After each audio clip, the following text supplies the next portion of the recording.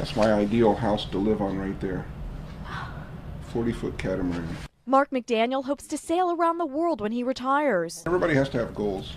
He's worked for Walgreens for over 25 years and takes great pride in the company. Have you been sick recently?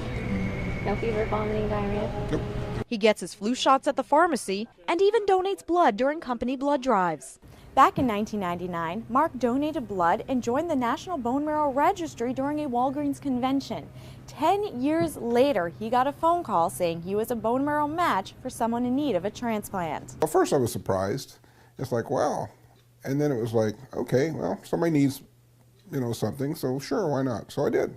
Mark had a physical and a chest x-ray, and he received a series of injections to increase his bone marrow production. Basically, it's like hooking up an IV in each arm. They pull the blood out of one arm, filter it through the machine, take the bone marrow out of it, and the blood goes back in the other arm.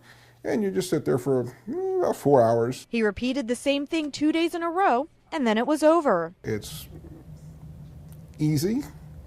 It's not that big of a deal for you, but it's a big deal for the recipient. It'll save their life. Mark knows what it's like to be waiting on the gift of life. His sister-in-law is waiting on an organ transplant. She won't live without it. So somebody out there is going to have to make a sacrifice to save her life, and I hope somebody out there can do it. So as he walks through the aisles of Walgreens, he proudly wears a Be the Match pin, knowing he saved a life, and hopes someone will do the same thing for his sister-in-law. I'm not a doctor, I'm not a scientist, I'm not inventing anything, but somebody's going to die. There's somebody out there that's not going to see a birthday, a Christmas. They're not going to be able to play with their grandkids.